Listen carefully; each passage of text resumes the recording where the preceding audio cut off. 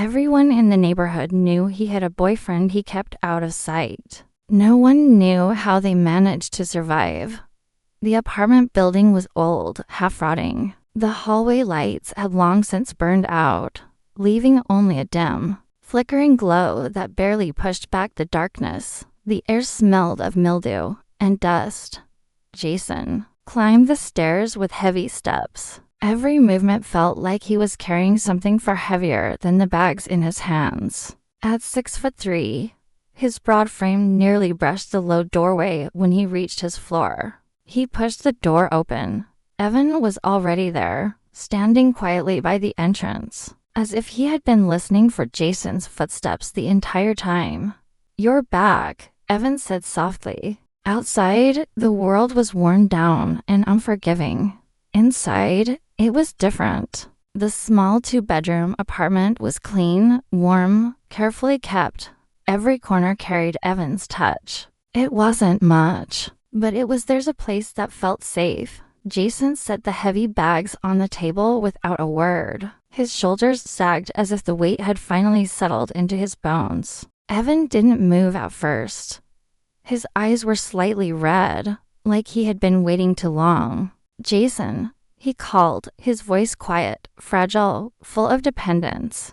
Jason exhaled and opened his arms. That was all it took.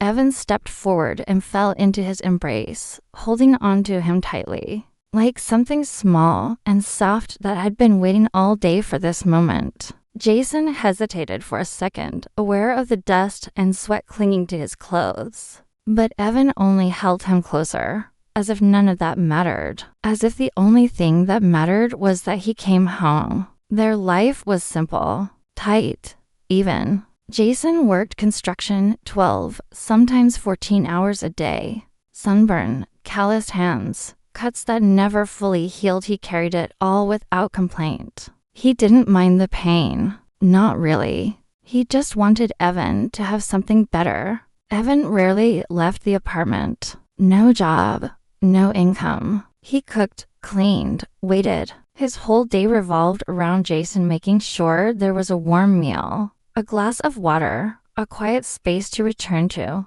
People noticed. One too strong, one too soft. It looked unbalanced, like something bound to break. Some said Jason would be dragged down eventually. Others envied him. At least he had a home. Jason never argued with any of it. He just worked harder, because he knew the truth. Everything he did wasn't just to survive.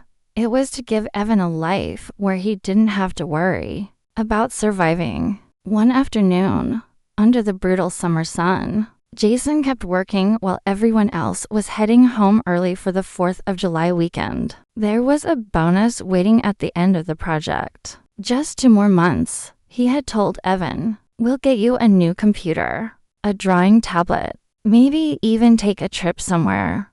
It sounded distant, unreal. But Evan believed every word, until he saw Jason's hands, the cuts, the swelling. The way they trembled when he wasn't paying attention. Evan broke.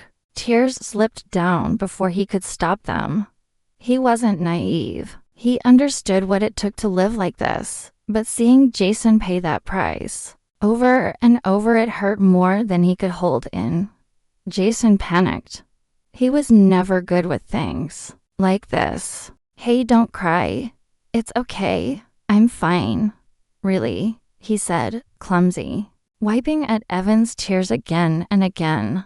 It didn't sound convincing, but his arms were steady, warm. Evan leaned into him and whispered, "I want something sweet." And just like that, the heaviness cracked. Their world was small, just the two of them, but it was enough. At the construction site, everyone knew about Jason's ridiculously beautiful boyfriend. Quiet, refined, completely out of place in a world of dust and steel. Some joked he'd be a burden. Some said Jason was lucky. Jason never explained. He just kept working. Because in a world like this, they didn't have many choices. All he could do was make sure that behind that door, the lights stayed on, and that Evan would always have a place to come home to.